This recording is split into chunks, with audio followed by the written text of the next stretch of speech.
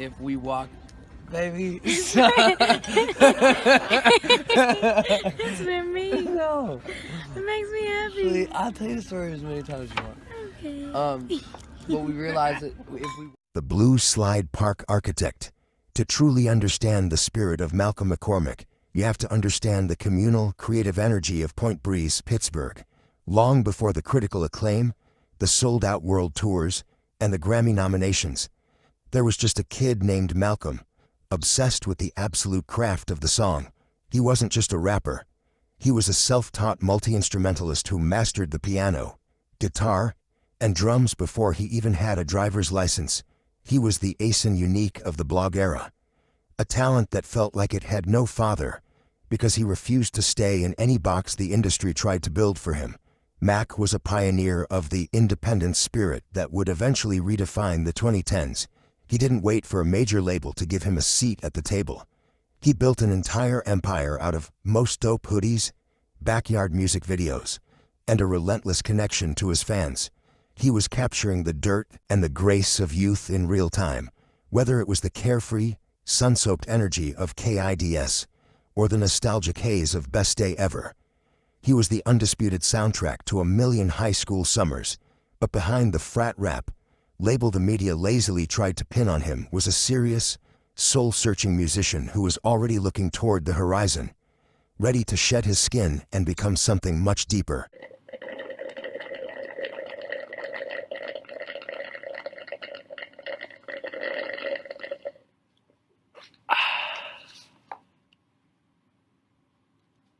The watching movies shift, diving into the abyss. By 2013, Mac Miller wasn't just an artist anymore. He had become the beating heart of a creative renaissance in Los Angeles. He adopted a new, experimental frequency, moving away from the bright lights of pop rap and into the psychedelic, introspective world of watching movies with the sound off. This era was a glitch in the matrix because Mac was effectively dismantling his own celebrity in search of his own truth.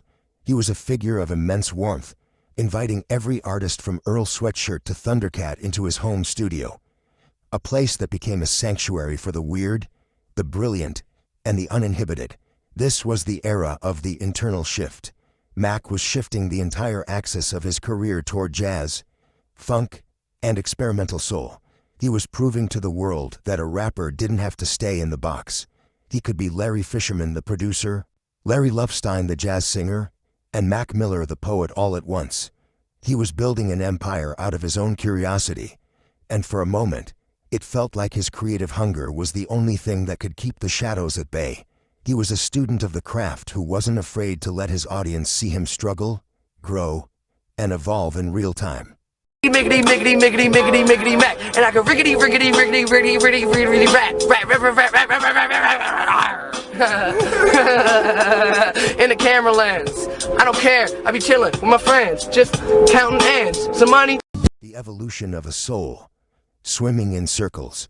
In 2016 and 2018, the world witnessed the absolute peak of a modern-day musical alchemist. The gutter of his earlier struggles with substance abuse and the weight of fame was being transformed into the light of his most mature work. Mac moved from the romantic, lush optimism of the divine feminine to the heartbreakingly beautiful, stripped-back honesty of swimming. Look, Fisherman about to get Dewey, man. Watch. Fuck out of here, cheating ass nigga. Oh, get him out of here. He was no longer just a rapper. He was a global force, a composer who was blending live orchestration with hip-hop rhythms in a way that felt entirely new. He used his platform to talk about the arduous, daily process of self-care, the reality of the rock star lifestyle, and the quiet, internal battle to keep one's head above water. He became a muse for a generation that was learning alongside him that growing up is a beautiful, messy, and sometimes painful process. He looked just as home behind a grand piano at a tiny desk concert as he did in a simple white tee and a Pittsburgh Pirates cap. He was everybody's everything to a fan base that viewed him as the friend who grew up right alongside them. He was trying to show every kid watching him that even when the water is deep, you can still find a way to float.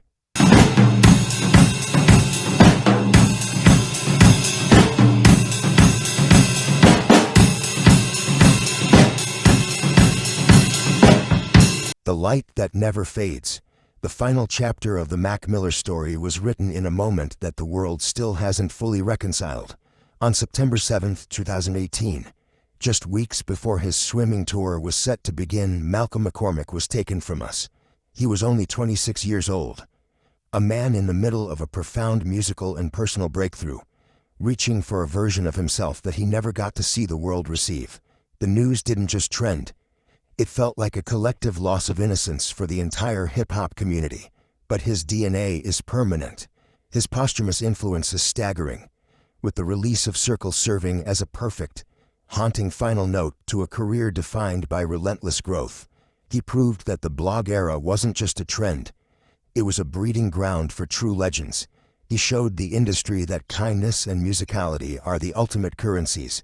He left a blueprint for the evolving artist, showing the world that you are never finished growing, and that the most powerful thing you can do is stay true to the sound inside your head. From the heart, will you? The eternal most dope. We lost Malcolm that day, but the alchemist of Pittsburgh is still here. You hear his melodic rasp in the jazz rap fusions of the underground and the vulnerable sung rap choruses of the charts. You see his influence in every kid who picks up an instrument because they want to make music that feels like a conversation. He was a son, a brother, a student of the craft, and a visionary. He was the kid from Point Breeze who told us that life is a beautiful thing. And in doing so, he made sure his life would be remembered as a masterpiece. Rest in power, Mac. Most dope forever. The Blue Slide Park Architect.